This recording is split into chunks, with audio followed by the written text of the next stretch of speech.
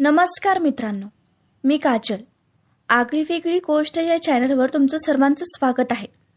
कथेला जास्तीत जास्त लाईक करा, शेअर करा आणि चॅनलला सबस्क्राईब करा. चला तर मग आता कथेला सुरुवात करू. माझे नाव प्रतीक्षा आहे आणि माझे वय 21 वर्ष आहे.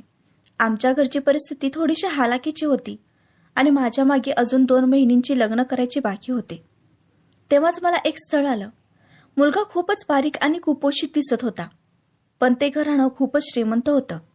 त्यामुळे माझ्या आईवडिलांनी या स्थळाला होकार दिला आणि मी पण या लग्नासाठी तयार झाले होते.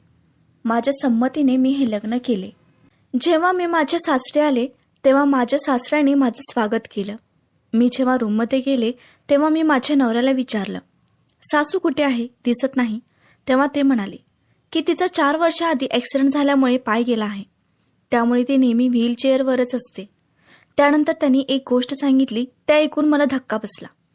कारण ते सासरे माझे सासरे नसून मोठे दीर होते. माझा नवरा लहान असतानाच त्यांचे आई वडील गेले. तेव्हा माझ्या नवऱ्याला लहानाचं मोठं दीरानेच केलं होतं. माझा मोठा दीर माझ्या नवऱ्यापेक्षा 20 वर्षांनी मोठे होते, त्यामुळे ते त्यांना पप्पाच म्हणत होते. म्हणून मी पण त्यांना सासरे मानत होते. माझ्या सासरी माझे सासरे, सासू, माझा नवरा आणि मी असे आम्ही 4 जण राहत होतो. माझी सासू पायाने अपंग असल्यामुळे ती कायम तिच्या रूममध्ये व्हीलचेअरवरच असायची. माझ्या नवऱ्याचं नाव विराज होते. मी माझ्या शरीराकडे खूपच लक्ष देत होते. मी नेहमी योगा करत होते, त्यामुळे मी माझे शरीर खूपच मेंटेन ठेवलं होतं. माझी सासू तर चालूही शकत नव्हती, ती नेहमी व्हीलचेअरवरच असायची. त्यामुळे आज माझं आणि विराजचं स्वागत सासऱ्यांनीच केलं होतं. आमच्या लग्नाला 4 दिवस झाले, पण आमच्या दोघांमध्ये नवरा बायको सारखे संबंध झाले नव्हते. त्यानंतर माझ्या नवऱ्याला सासऱ्यांनी काही कामासाठी बाहेर पाठवलं. माझ्या सासऱ्यांचे खूप मोठे हॉटेल होते. विराजने मला सांगितलं की त्यांच्या वडिलांनी एका छोट्याशा ढाब्यापासून सुरुवात केली होती आणि आता त्यांच्याकडे मोठे मोठे 3 हॉटेल आहेत आणि आता त्यांच्या हॉटेलमध्ये खूप कर्मचारी कामाला ठेवले होते. माझा नवरा पण हळूहळू ते काम शिकत होता. 4-5 दिवसांनी विराज घरी आला. तेव्हा रात्री आम्ही दोघं एकाच रूममध्ये झोपलो. त्या रात्री विराजने रूमचा दरवाजा बंद केला. तेव्हाच कोणीतरी दरवाजा खटखटला. विराजने जेव्हा दरवाजा उघडला तेव्हा समोर माझे सासरे होते. त्यांच्या हातामध्ये दुधाचा ग्लास होता. त्यांनी विराजला तो ग्लास दिला. विराज दरवाजात उभा राहूनच दूध पिऊ लागला आणि नंतर सासरे तो ग्लास घेऊन निघून गेले. मी जेव्हा विराजला दुधाबद्दल विचारलं तेव्हा तो लाजत मला म्हणाला, माझे पप्पा माझी खूपच काळजी घेतात आणि आज आपल्या लग्नाची पहिली रात्र होती, त्यामुळे दूध कसले होते हे मला विराजने नीट सांगितलं नाही. त्यानंतर आम्ही दोघं जवळ येत असताना अचानक विराज मला म्हणाला, मी आज कामाने खूप थकलो आहे, त्यामुळे मला झोप येत आहे. असे म्हणून त्याने लाईट बंद केली आणि झोपून टाकले. मीही झोपले. सकाळी मला सूर्याच्या प्रकाशाने जाग आली. विराजने खिडकी उघडली होती. मला काही समजत नव्हते. मी झोपेच्या गुंगीतच होते आणि मी झोपेतच विराजचा हात पकडून त्याला माझ्याकडे ओढू लागले आणि त्याला म्हणाले, विराज, खिडकी बंद कर ना, मला अजून थोडा वेळ झोपायचे आहे. तेव्हाच मी तो आवाज ऐकला आणि मी एकदम दचकून उठले, कारण तो विराजचा नाही तर सासऱ्यांचा आवाज होता. त्या आमच्या रूममध्ये येऊन त्यांनीच आमच्या रूमची खिडकी उघडली होती. त्यावेळेस रूममध्ये फक्त मी आणि सासरेच होतो. मला विराज कुठेही दिसत नव्हता. मी नाईट गाऊनवर होते आणि त्यामध्ये मला माझे सासरे खूपच टक लावून बघत होते. मला खूप लाज वाटत होती, म्हणून मी पटकन माझ्या अंगावर चादर घेतले. मी सासऱ्यांना विचारलं, विराज कुठे आहे मामा? ते म्हणाले, तो गच्चीवर जाऊन व्यायाम करत आहे. तू पण लवकर तयार हो आणि गच्चीवर व्यायाम करण्यासाठी ये. असं म्हणून ते माझ्या रूममधून बाहेर निघून गेले. ते बाहेर जाताच मी पण उठून फ्रेश झाले आणि गच्चीवर व्यायाम करण्यासाठी निघून गेले. जेव्हा मी गच्चीवर पोहोचले तेव्हा विराज पूर्ण घामाने टपटपला होता. एकतर लग्न झाल्यापासून आमच्या दोघांमध्ये काहीच झालं नव्हतं. त्यामुळे मी विराजच्या जवळ जाऊन त्याला पकडणार होते तेव्हाच मला पाठीमागून सासऱ्यांचा आवाज आला. मी लगेच मागे झाले. मी गच्चीवर व्यायाम करू लागले. तेव्हा सासरे मला म्हणाले, सुनबाई, तू चुकीचे व्यायाम करत आहेस. मला व्यायामाबद्दल एवढं काही माहीत नव्हतं, त्यामुळे मी विचार केला की सासरे जसं शिकवतील तसेच मी करणार. माझ्या सासऱ्यांचे घर खूपच मोठं होतं आणि गच्चीही खूपच मोठी होती. सासरा मला व्यायाम करायला शिकवू लागले आणि मी गच्चीवर व्यायाम करू लागले. त्यानंतर सासरे मला दुसरा व्यायाम शिकवू लागले. ते मला काही जमत नव्हते म्हणून ते माझ्या मागे येऊन त्यांचे दोन्ही हात माझ्या कमरेवर ठेवले. विराजने त्या गोष्टीकडे लक्ष दिले नाही. थोड्या वेळाने विराज आमच्याकडे बघितला तेव्हाच सासरा त्याला म्हणाला, विराज बाळा, आता तुझ्या व्यायामचा टाइम संपला आहे. तू 1 तासापासून व्यायाम करत आहेस. आता खाली जाऊन आंघोळ वगैरे करून हॉटेलमध्ये जा. विराज लगेच त्याच्या वडिलांचं बोलणं ऐकून खाली निघून गेला. त्यानंतर माझे सासरे मला व्यायाम शिकवू लागले. व्यायाम करता करता ते नेहमी माझ्या कमरेवर हात ठेवत होते, तर कधी कधी त्यांचा हात माझ्या हातावर खसरत होता. तेव्हा मला खूपच लाज वाटत होती. माझे सासरे 42 वर्षाचे होते, तरीही ते अजून 30-32 वर्षाच्या पुरुषासारखेच वाटत होते. त्यांच्या प्रत्येक स्पर्शामध्ये एक वेगळीच ऊर्जा जाणवत होती. त्यानंतर सासरा मला पुशअप करायला लावत होते, पण आज मी खूप ढिले कपडे घातले होते म्हणून मला ते करायचं नव्हतं. कारण जर मी वाकले असते तर समोरचं सर्व काही दिसलं असतं. म्हणून मी सासऱ्यांना म्हणाले, मी आता खूप थकले आहे. मी आता खाली जाऊन थोडासा आराम करते. असं म्हणून मी माझ्या रूममध्ये निघून आले. तेव्हाच विराज बाथरूममधून आंघोळ करून बाहेर आला होता. मी रूमचा दरवाजा बंद केला आणि त्याच्याशी बोलू लागले. मी त्याला म्हणाले, विराज, आपल्या लग्नाला अजून 15 दिवसही झाले नाहीत आणि तू तुझ्या वडिलांचं सगळं काय ऐकत आहेस? आपल्या दोघांमध्ये नवरा बायकोसारखं अजून काहीही झालं नाही. नवरा बायकोच्या रूममध्ये सकाळी सकाळी सासऱ्याचं काय काम आहे?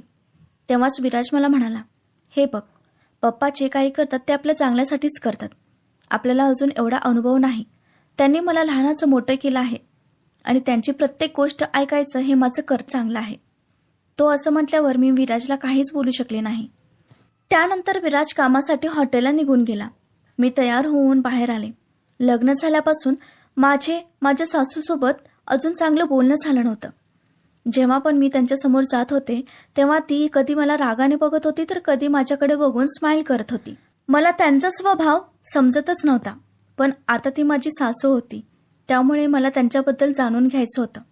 त्या दिवशी संध्याकाळी घरात फक्त मी आणि माझी सासू आम्ही दोघीच होतो. माझ्या रूममध्ये मलाही बसून खूप बोर होत होते म्हणून मी सासूसोबत गप्पा मारण्यासाठी त्यांच्या रूममध्ये गेले. पहिला तर मला वाटत होतं की माझ्या सासूचा स्वभाव खूप खडूस आहे, पण बहुतेक ती तशी नव्हती. जेव्हा मी तिच्या दरवाजाजवळ जाऊन थांबले तेव्हा तिने मला हात करून बोलवून घेतले. तिच्यासमोर मी गेल्यावर तिने माझ्या चेहऱ्यावरून प्रेमाने हात फिरवला आणि मला म्हणाली, प्रतीक्षा, तू खूपच सुंदर आहेस. आम्ही दोघी बोलत होतो तेव्हाच माझे सासरे रूममध्ये आले. सासऱ्यांना बघून ती थोडीशी घाबरली आणि मी माझ्या रूममध्ये निघून आले. माझं आणि सासूचं त्या दिवशी जास्त काही बोलणं झालं नाही. माझ्या लग्नाला 20 ते 25 दिवस होऊन गेले आणि मेचा महिना आला, त्यामुळे खूपच गरमी वाढली. पंख्याखाली झोपूनही खूप गरम होत होते. संध्याकाळी जेव्हा आम्ही सगळे जेवायला बसलो तेव्हा मी ही गोष्ट विराजला म्हणाले, विराज, गरमी खूप वाढली आहे. पंख्यानेही गरमी कमी होत नाही. रात्री झोपच येत नाही. आपल्याला आता कूलर आणायला लागेल. तेव्हा विराजचा ऐवजी सासराच म्हणाला, कूलर घ्यायची काय गरज नाही. कूलरची हवा शरीरासाठी हानिकारक आहे. आपल्याकडे एवढी हवा आहे, एवढी मोठी गच्ची आहे. रात्री गच्चीवर खूप थंड हवा येते. त्या हवेमध्ये झोपणे आपल्यासाठी खूप चांगले आहे. ते असे म्हणताच मला आतल्या आत सासऱ्यांचा खूप राग येत होता. असं वाटत होतं की ते खूपच कंजूस आहेत. एवढं कंजूस कोण असतं? त्या रात्री मला झोपच येत नव्हती, कारण फॅन चालू असूनही मला खूप घाम आला होता. आता मला गच्चीवर जाण्याशिवाय कोणताही पर्याय नव्हता. त्यामुळे मी रात्री गच्चीवर झोपायला जायचा विचार केला. सासू तर गच्चीवर येऊ शकत नव्हती, कारण त्यांची व्हीलचेअर गच्चीवर जाऊ शकत नव्हती. म्हणून आम्ही तिघेच गच्चीवर झोपायला गेलो होतो. त्या रात्री आमच्या तिघांनाही खूप चांगली झोप आली, पण मच्छरांनी खूपच परेशान केलं. दुसऱ्या दिवशी विराज पुन्हा हॉटेलच्या काही कामासाठी बाहेर जाणार होता. आता मला झोपेची अडचण आली, कारण मी विराजशिवाय गच्चीवर जाऊ शकत नव्हते. जेव्हा मी ही गोष्ट विराजसमोर बोलले तेव्हा विराज मला म्हणाला, तू गच्चीवर जाऊन निवांत झोपू शकतेस. पप्पांना घाबरण्याची काही गरज नाही. तरीही मी त्या रात्री माझ्या रूममध्ये झोपले, पण मला खूपच गरम होत होते आणि मी पूर्ण घामाने डबडबले. मला झोपच येत नव्हती. मी पूर्ण रात्र जागी राहिले. म्हणून दुसऱ्या दिवशी मी गच्चीवर जाऊन झोपले.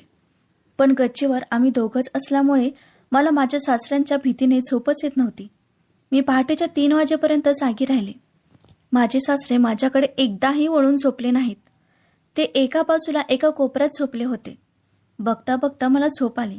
अचानक जेव्हा मला जाग आली तेव्हा मी बघितलं की माझा हात त्यांच्या अंगावर होता. हे बघून मी खूपच घाबरले. मी लगेच त्यांच्या अंगावरून माझा हात काढला आणि मच्छरदाणीमधून बाहेर आले. बहुतेक झोपेत असताना चुकून माझा हात त्यांच्या अंगावर पडला होता. त्या दिवशी विराज घरी नव्हते आणि तो दिवस बाकी दिवसांसारखाच निघून गेला. त्या रात्री मी माझ्या रूममध्ये झोपण्याचा विचार केला, कारण माझ्या सासऱ्यांसोबत गच्चीवर झोपायला मला लाज वाटत होती. मी माझ्या बेडवर बसून मोबाईल बघत होते तेव्हाच माझे सासरे माझ्या रूममध्ये आले. त्यांच्या हातामध्ये एक मोठा बॉक्स होता. त्यांनी तो बॉक्स माझ्या हातामध्ये देत मला म्हणाले, सुनबाई, तुझ्यासाठी मी हे कपडे आणलो आहे, पण तुला द्यायचं विसरूनच गेलो. त्यानंतर ते रूममधून बाहेर जाताना मला म्हणाले, तुला जर रात्री झोप आली नाही तर गच्चीवर येऊन झोपू शकतेस. मी त्यांना नाही बोलू शकत नव्हते, म्हणून मी हो म्हणून माझी मान हलवली. त्यानंतर मी तो बॉक्स उघडून बघितला. त्यात खूप महागाच्या 3-4 साड्या होत्या. मी खूप खुश झाले. सासरे माझी किती काळजी करतात हे मला जाणवले. आता मला समजून आले, या घराची सगळी सत्ता माझ्या सासऱ्यांच्या हातातच होती. विराज ही सासऱ्यांचेच सगळं ऐकत होता. सासऱ्यांबद्दल विचार करता करता मी माझ्या रूममध्ये झोपायचा प्रयत्न करू लागले. त्या रात्री मला झोपच आली नाही. कशीबशी पहाटेच्या 4 वाजता मला झोप लागली. सकाळी जेव्हा आवरून मी बाहेर गेले तेव्हा सासऱ्यांनी मला विचारले, सुनबाई, रात्री तू गच्चीवर झोपायला का आली नाहीस? तेव्हा मी त्यांना म्हणाले, रात्री माझी तब्येत थोडी बरी नव्हती. मी बेडवर पडले, तिथेच माझा डोळा लागला. सासरे काही न बोलता बाहेर निघून गेले. थोड्याच वेळात विराज घरी आले. लग्न झाल्यापासून आमच्या दोघांमध्ये नवरा बायकोसारखे संबंध झाले नव्हते, कारण तो कायम कोणत्या ना कोणत्या कामासाठी बाहेर जात होता आणि जेव्हा घरी असायचा तेव्हा तो झोपेचा बहाणा करायचा. त्या रात्री मी आणि विराज आम्ही दोघेच रूममध्ये होतो. मी विराजच्या जवळ जाण्याचा प्रयत्न करू लागले.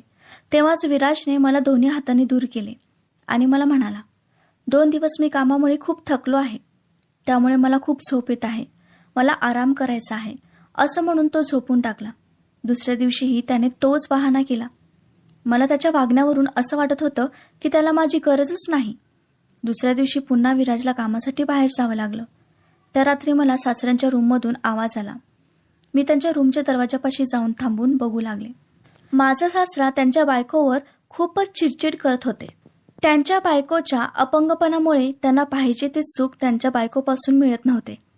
माझं आणि सासऱ्यांचं दुःख सारखंच होतं. त्यावेळेस मी रागाने गच्चीवर निघून आले. थोड्या वेळाने सासराही गच्चीवर आला. त्यांचा चेहरा रागाने लाल झाला होता. मला त्यांच्या रागाचे कारण माहीत होतं. तरीही मी त्यांना विचारलं, काय झालं मामा? तेव्हा ते मला म्हणाले, सुनबाई, आता तुझ्यापासून काय लपवायचं? तुझं पण लग्न झालं आहे, तुलाही नवरा बायकोच्या संबंधाबद्दल सगळं माहीत असेल. माझी बायको अपंग आहे आणि मला ते सुख मिळत नाही, यात माझी काय चूक आहे? तिनं तिचं दुःख बाजूला ठेवून नवऱ्याला खुश करायला पाहिजे ना. त्यांच्या या बोलण्यावर मी काय बोलू हे मला समजतच नव्हतं, कारण माझी पण हीच परिस्थिती होती. माझा नवरा तर चांगला असूनही मला जवळ करत नव्हता. मी काहीच बोलू शकले नाही. नंतर माझा सासरा त्यांचा अंथरूण घालू लागले.